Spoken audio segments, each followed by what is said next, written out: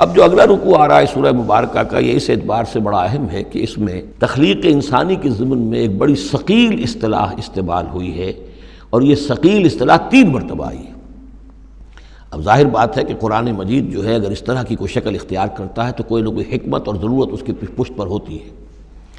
وَلَقَدْ خَلَقْنَا الْإِنسَانَ مِنْ صَلْصَالٍ مِّنْ حَمَإٍ مَّسْنُونٍ، اور یقیناً ہم نے انسان کو بنایا ہے اس مٹی سے جو سنی ہوئی تھی گارے کی اور پھر سوکھ کر کھنکنے لگی۔ حمأ مسنون، سنا ہوا گارا جس میں سے بدبو بھی اٹھ رہی ہو۔ دیکھیے یہ جو انسان کے مادہ تخلیق کے ضمن میں قرآن میں الفاظ آئے ہیں، اب ان کو گنتے جائیے۔ نمبر 1 تراب، مٹی سے بنایا انسان کو۔ مٹی میں پانی مل گیا، گارا بن گیا، تو اس کو کہتے ہیں تین، من تین۔ خلقتنی من نار وخلقتہ من طین، یہ سورہ اعراف میں ہم پڑھائے ہیں۔ ابلیس نے کہا تھا کہ مجھے تو نے بنایا آگ سے اور اس کو بنایا آدم کو گارے سے، اور اب چاہتا اور مجھے حکم دے رہا ہے کہ میں اس کے سامنے جھکوں، میں تو اس کے سامنے نہیں جھک سکتا۔ تین کے بعد آیا تین لازب، گارا پڑا رہے تو وہ جب اس کے اندر پھر کچھ چپچپاہٹ پیدا ہو جاتی ہے، اور یہ پرانے زمانے میں ہوتا تھا۔ اب تو میں سمجھتا ہوں کہ جدید نسل کو تو ان چیزوں کا علم ہی نہیں ہے۔ کچے گھر بنتے تھے تو انہیں لیپتے تھے، پوتتے تھے، گارا بناتے تھے، تغاری ہوتی تھی، پھر مٹی کے اندر تھوڑی سی توڑی ڈال دیتے تھے۔ کوئی آرگینک میٹر ڈالیں گے تو فرمنٹیشن ہوگی، فرمنٹیشن ہوگی تو لیس سا اٹھے گا، ورنہ یہ کہ گارا جو ہے اگر اس گارے سے اگر پلسٹر کریں گے تو وہ پھٹ جائے گا۔ لیکن جب وہ گارا ذرا سن جاتا ہے، اس میں لیس پیدا ہو جاتا ہے، تو پھر اب جب آپ اس کے ساتھ لیپتے تھے دیواروں کو، میں نے تو اپنے بچپن میں یہ سب دیکھا ہے، ایسے گھروں میں ہم رہے بھی ہیں کہ جن میں یہی فرش بھی اسی طریقے سے لیپے ہوئے ہوتے تھے اور دیواریں بھی ہوتی تھیں، تو یہ کہ پھر اس کے اندر وہ ایک لیس سا پیدا ہو جاتا ہے فرمنٹیشن سے، وہ تین لازب ہے۔ اس سے اگلی سٹیج یہ ہے کہ اب وہ سڑنے لگے، یہ یعنی فرمنٹیشن اتنی پہنچ گئی کہ اس میں ہے حمأ مسنون، سنا ہوا گارا۔ پھر اگر کسی وجہ سے وہ خشک ہو جائے تو اب وہ کھنکنے لگتا ہے، جیسے کہ کبھی آپ نے دیکھا ہوگا ساحل کے قریب یا کسی دلدلی علاقے میں پپڑی اوپر آ جاتی ہے، جس زمین کے اوپر جو ہے پپڑی سی ہوتی ہے، اس پر آپ چلتے ہیں تو وہ کر کر ٹوٹتی ہے، کھنکنے والی مٹی بن جاتی ہے، وہ سنا ہوا گارا خشک ہو کر کھنکنے لگتا ہے۔ یہ سٹیجز ہیں ان مادہ تخلیق کی کہ جو آدم یا انسان کی تخلیق کے ضمن میں قرآن میں آئے۔ حالانکہ ایک لفظ بھی کفایت کر سکتا تھا، مٹی سے بنایا، تین سے بنایا، گارے سے بنایا، پھر تین لازم سے بنایا، پھر حمأ مسنون سے بنایا، من صلصال کالفخار سے بنایا، اور صلصال من حمأ مسنون، پھر صلصال کالفخار آخری سٹیج ہے، وہ ایسے بجنے لگا جیسے کہ اب یہ جو ہے وہ آئے گا سورہ رحمان میں۔ تو اس سے یقیناً کورابوریشن ہو رہی ہے کہ جو بھی ایوولوشن کا جو بھی نظریہ آیا ہے، اب اس میں اس کو بھول جائیے کہ اللہ تعالیٰ نے اسپیشل کریشن انسان کی اور باقی حیوانات ہو سکتا ہے اس ایوولوشن کے ذریعے سے پیدا کیے ہوں۔ اس وقت بحث جو ہے کریشن آف مین کے بارے میں نہیں کر رہا ہوں، لیکن یہ کہ سائنس نے بھی ایک تو یہ بات بتائی کہ یہ ساری حیات حیواناتی جو بھی زمین پر ہے یہ مٹی سے بنی ہے، گویا کہ متفق گردید رائے بو علی بارائے من، قرآن اور سائنس متفق ہو گئے۔ پھر یہ کہ اس میں مٹی کے اندر گارے کی شکل بنی، پانی ملا، مبدأ حیات پانی ہے، قرآن بھی کہہ رہا ہے۔ پھر یہ کہ وہ ساحلی علاقوں پر دلدل بنی، اور دلدل کے اندر پھر وہ فرمنٹیشن وہاں ہوئی، اور اسی میں پھر جب وہ دراڑیں سی پڑ جاتی ہیں سمندر کے قریب دلدلی علاقے میں، تو وہاں سے ان کا کہنا ہے کہ حیات کا آغاز ہوا، الجی یا امیبا، حیواناتی حیات، اور یا یہ کہ نباتاتی حیات کا۔ تو یہ چیزیں جو ہیں یہ سٹیجز تقریباً اسی کے ساتھ، یہ تمام الفاظ جو ہیں قرآن کے جو استعمال کر رہا ہے ان کے ساتھ کسی حد تک اس کا ایک ربط اور تعلق قائم ہوتا ہے۔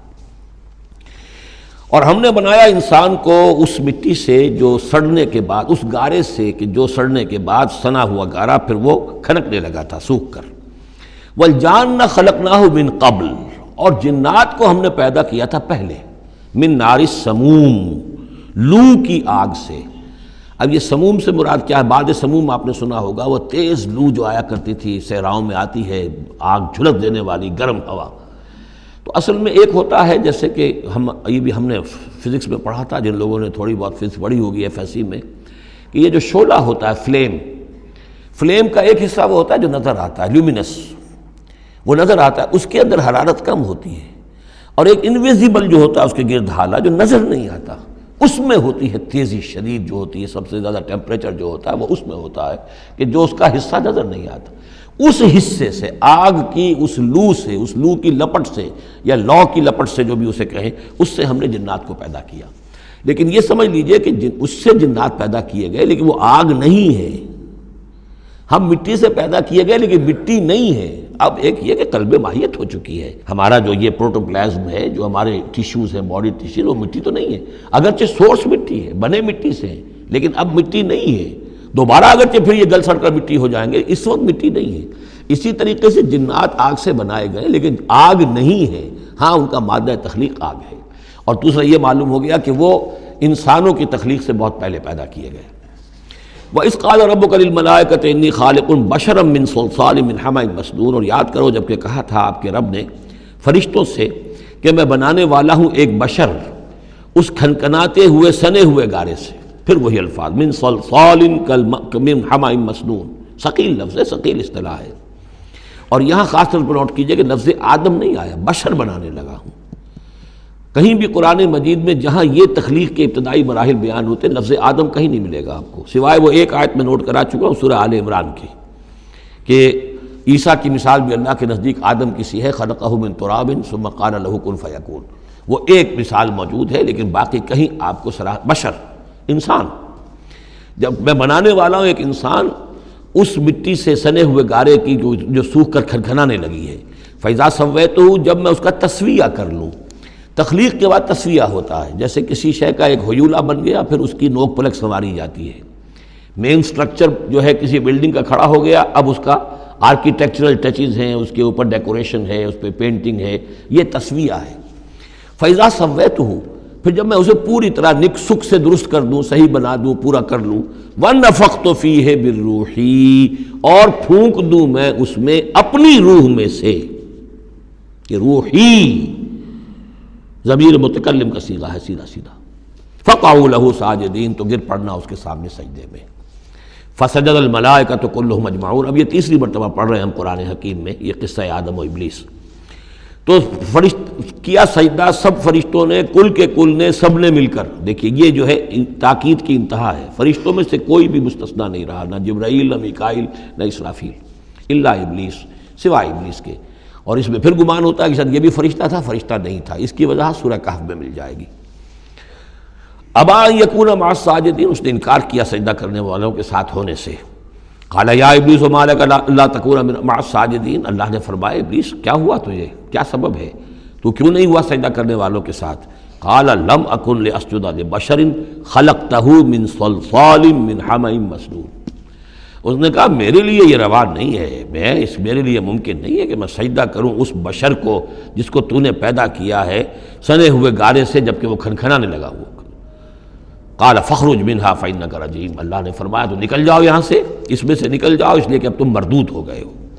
وإن عليك اللعنة إلى يوم الدین، اور اب تم پر لعنت رہے گی یوم الدین تک، جزا و سزا کے دن تک، یوم بعث بعد الموت تک۔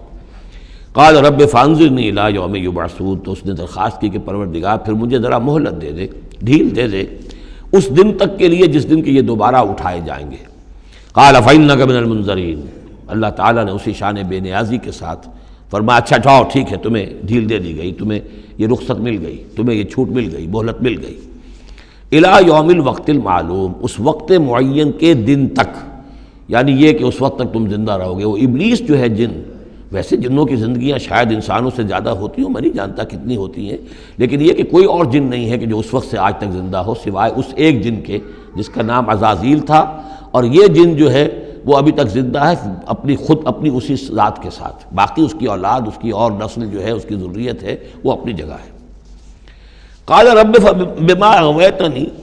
اب اس نے کہا پروردگار جو تو نے مجھے گمراہ کیا۔ اب نوٹ کیجئے وہ گمراہی کو اللہ کی طرف منسوب کر رہا ہے۔ بما اغویتنی، تو نے جو مجھے گمراہ کیا ہے، لأزینن لہم فی الارض ولأغوینہم اجمعین، تو میں اب ان کو، یعنی آدم کی اولاد، آدم اور حوا کی اولاد کو، میں زمین میں ان کو خوب مزین کر دوں گا، زمین ان کے لیے یہ اسی میں خوب گم ہو جائیں گے، زمین اور اس کی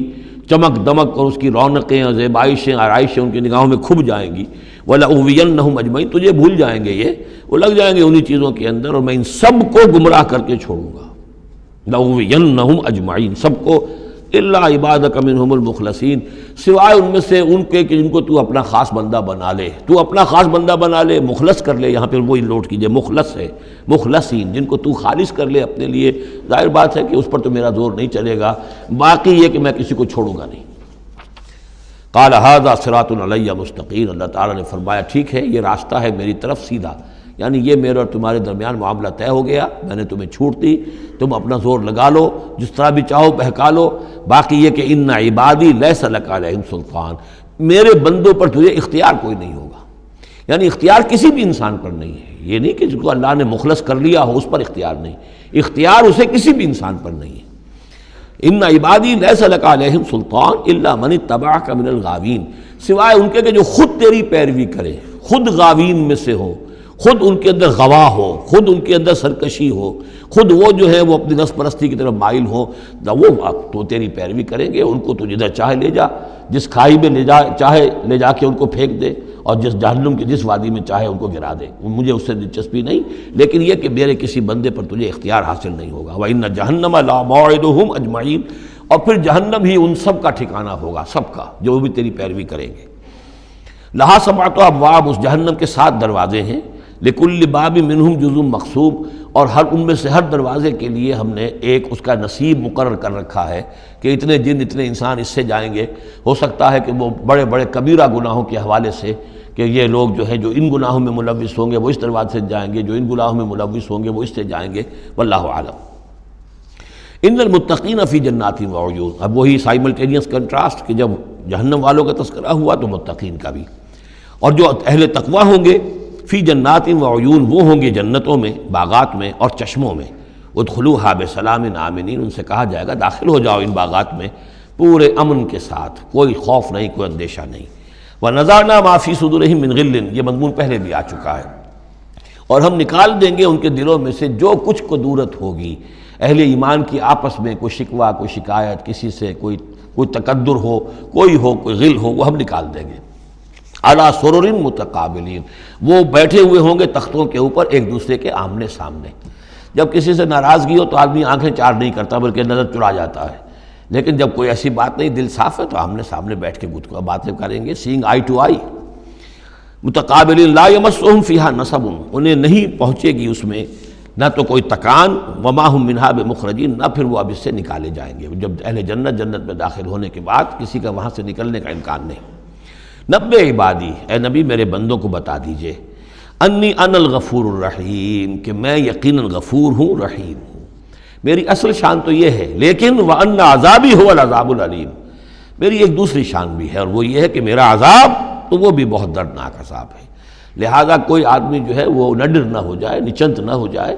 وہ میری مغفرت کی امید بھی رکھے، میری رحمت سے آس بھی لگائے رکھے، لیکن یہ کہ میرے عذاب سے ڈرتا بھی رہے۔ بین الخوف والرجاء، یہ کیفیت رہنی چاہیے۔